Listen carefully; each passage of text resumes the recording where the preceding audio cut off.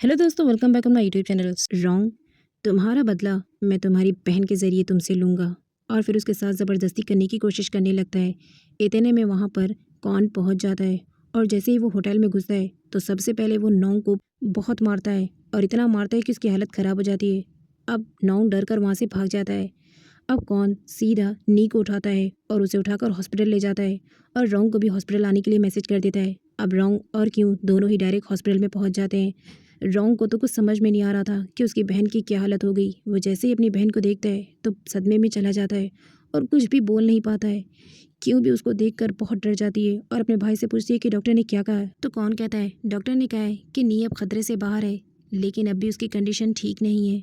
नी की ऐसी हालत को देखकर रॉन्ग बर्दाश्त नहीं कर पाता और वो बिना कुछ कहे चुपचाप कमरे से निकल जाता है। रॉन्ग भी उसके पीछे जाती है उसे काम डाउन करने के लिए, लेकिन उसका गुस्सा बहुत बढ़ जाता है। जैसे ही रॉन्ग उसे समझाने के लिए उसके पास जाती है और उसे टच करती है तो गुस्से की वजह से रॉन्ग की पावर शो हो जाती है और क्यों उड़कर सामने वाली दीवार से जाकर टकरा जाती है। वो चुप होती है क्योंकि इस वक्त रॉन्ग बहुत गुस्से में होता है। कौन नी के पास उसका ख्याल रखने के लिए बैठा होता है। इतने में नी घबराते हुए कहती है प्लीज़ मुझे छोड़ दो, मुझे जाने दो, मुझे जाने दो, और उठकर बैठ जाती है। तो कौन उसके पास जाता है और कहता है कि तुम सेफ हो, तुम रो मत, मैं तुम्हारे साथ हूँ। नी बहुत रोती है कि शायद नोंग ने उसके साथ कुछ गलत किया है और वो सीधा कौन को हक कर लेती है। बट कौन उसे कहता है कि तुम रो मत, उसने सिर्फ तुम पर अटैक किया है, तुम्हारे साथ कुछ गलत नहीं किया है। ये तो मेरी गलती है कि मैंने तुम्हें अकेले जाने दिया। I am really very very sorry नी, लेकिन आइंदा मैं ऐसा कुछ भी नहीं होने दूंगा और तुम्हारा पूरा ख्याल रखूंगा जब तक कि तुम ठीक नहीं हो जाती। नी रोंग के बारे में पूछती है तो कौन कहता है वो यहीं पर है, तुम फिक्र मत करो। तो वहीं रोंग को दिखाया जाता है जो अपने बॉडीगार्ड को पीट रहा होता है कि आखिर उस वक्त तुम कहाँ थे जब मेरी बहन तुम्हारी नज़रों के सामने से गायब हो गई। मैंने तुम्हें उन लोगों की सेफ्टी के लिए रखा था। याद रखो, अगर नी या क्यों को कुछ भी हुआ तो मैं तुम लोगों की अच्छी खासी बैंड बजा दूंगा। अब पीछे खड़ी क्यों सारी बातें सुन रही होती है कि रोंग उसकी कितनी केयर करता है। चैंपिंग बार बार कौन को कॉल करती है लेकिन वो कॉल रिसीव नहीं करता। तो वो नी के कॉफ़ी शॉप में कॉल करती है जहाँ से उसे पता चल जाता है कि नी पर अटैक हुआ है, इसलिए कौन उसके साथ हॉस्पिटल में है। चैंपियन को ऐसा लगता था कि नी कौन को उससे छीनना चाहती है, इसलिए वो नी से जेलेसी फील करती है। तो वहीं हॉस्पिटल में रोंग ने बॉडीगार्ड की पूरी एक टीम ही खड़ी कर दी थी उसकी बहन की सेफ्टी के लिए। उसके बाद वो एक अर्जेंट मीटिंग करता है और कहता है कि आप लोगों को मेरे बगैर 2 महीने इस कंपनी को संभालना है, क्योंकि अगले 2 महीने मैं इस कंपनी में काम करने के लिए नहीं आऊँगा। और इसके अलावा उसने ऑफिस में इतने सारे बॉडीगार्ड क्यू के लिए भी लगा रखे थे ताकि उसकी जान पर भी कोई खतरा ना बने। तो वहीं उसके बाद वो अपने बॉडीगार्ड्स को हुक्म देता है कि नौंग को किसी भी तरह ढूंढ कर उसके सामने लाओ, क्योंकि वो नौंग को जिंदा अपने सामने चाहता है। कौन को दिखाया जाता है जो नी का बहुत ज़्यादा ख्याल रख रहा होता है। वो उसे टाइम पर खाना और मेडिसिन दोनों खिलाता है। बट नी जो है वो टेंशन में खाना नहीं खा रही होती है। तो वो उसे कहता है अगर तुम्हारे भाई को पता चलेगा कि तुम खाना नहीं खा रही हो तो वो कितना गुस्सा करेगा, प्लीज़ खाना खाओ। अब इतने में चैंपियन हॉस्पिटल पहुंच जाती है और वो बिना बॉडीगार्ड की परमिशन से रूम के अंदर इंटर हो जाती है। उसके बाद कहती है मुझे पता था तुम इस नी की वजह से ही मेरा कॉल रिसीव नहीं कर रहे हो। कौन उसे कहता है ये बात करने का सही समय नहीं है, तुम यहाँ से जाओ, मैं तुमसे बाद में बात करूँगा। तो वो कहती है तुम यहाँ पर इसकी टेक केयर कर रहे हो। कौन तुम मुझे बताओ, क्या वो खुद से खाना नहीं खा सकती? आखिर तुम उसे खाना क्यों खिला रहे हो? तो कौन कहता है क्या तुम देख नहीं पा रही हो कि उसकी हालत कितनी ख़राब है? तो वो कहती है वो कोई अपाहिज नहीं हुई है, वो हैंडीकैप नहीं है, वो खाना खुद खा सकती है। तो वो कहता है ये बात करने का सही टाइम नहीं है, तुम यहाँ से जाओ। वो कहती है इसका मतलब तुम नी को पसंद करते हो क्या? ये मुझे तुमसे दूर करना चाहती है और नी के पास आकर उसे भला बुरा कहने लगती है। तो कौन उसे कहता है तुम यहाँ से चली जाओ, और उसे पकड़कर बाहर की तरफ ले जाता है और फिर कहता है तुम आखिर ये क्या पागलपन कर रही हो? पर वो कहती है मुझे ऐसा लगता है कि तुम नी को पसंद करने लगे हो, इसलिए तुम मुझे इग्नोर कर रहे हो। कौन उससे कहता है मुझे ऐसा लगता है कि हम दोनों को कुछ दिनों एक दूसरे से दूर रहना चाहिए ताकि हमारी अंडरस्टैंडिंग बनी रहे। तो वो कहती है इसका मतलब तुम नी को बीच में लाओगे? तो वो कहता है तुम्हारा नी से क्या मतलब है? तो वो कहती है अगर तुमने नी को मेरे बीच में लाया तो मैं तुमसे ब्रेकअप कर लूँगी। तो वो कहता है अगर तुम्हें ब्रेकअप ही चाहिए तो ठीक है। चैंपिंग के जाने के बाद कौन नी के पास आता है और उससे कहता है क्या तुम्हें भूख लगी है, मैं तुम्हारे लिए कुछ फ्रूट्स कट कर दूं? वो कहती है मुझे ऐसा लगता है कि तुम्हें यहाँ से चले जाना चाहिए। तो वो कहता है मैंने तुमसे प्रॉमिस किया है कि मैं तुम्हारी पूरी फुल टेक केयर करूंगा और तुम मुझसे कह रही हो मैं यहाँ से चला जाऊँ? क्या तुम भी मुझसे गुस्से में हो? वो कहती है नहीं। रॉन्ग को इंस्पेक्टर का कॉल आता है और वो कहता है हमें नॉन्ग के बारे में कुछ इन्फॉर्मेशन मिली है। अब वो अपने बॉडीगार्ड्स को लेकर जाता है, लेकिन जाने से पहले वो क्यों से कहता है कि तुम नी से मिलने हॉस्पिटल चली जाना। वो कहती है तुम कहाँ जा रहे हो? तो रॉन्ग कहता है मैं नॉन्ग को पकड़ने के लिए जा रहा हूँ, उसका शिकार करने के लिए। और फिर वो अपने बॉडीगार्ड्स के साथ चला जाता है। तो वह इंस्पेक्टर उसे बताता है नी जिस टैक्सी से गई थी वो टैक्सी नोंग की नहीं थी, बल्कि नोंग ने उसे चोरी की थी। और उसके अलावा हमें उस लोकेशन का पता है जहाँ वो अब तक के रुका हुआ था। रॉन्ग इंस्पेक्टर से कहता है आप अपनी पूरी पुलिस फोर्स लगा दीजिए, जितना पैसा लगता है लगाने के लिए मैं तैयार हूँ, लेकिन नोंग मुझे मेरे सामने चाहिए किसी भी हालत में।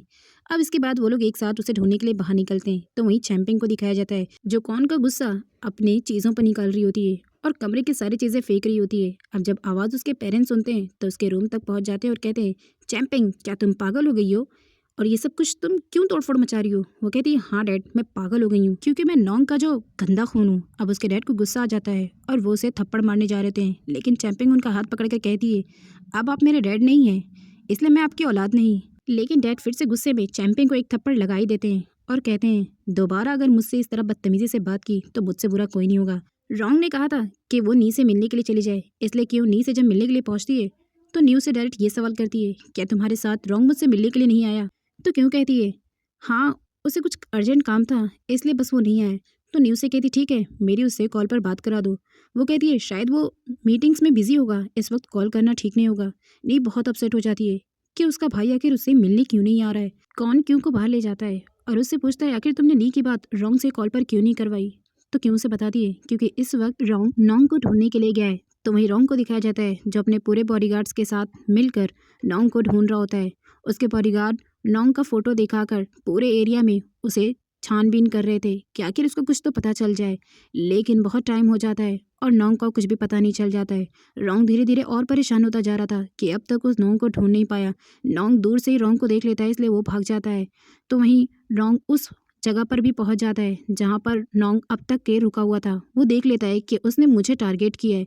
तो वहीं इंस्पेक्टर रॉन्ग से कहता है कि ये आपका काम नहीं है, प्लीज़ पुलिस को अपना काम करने दीजिए और आप घर जाइए।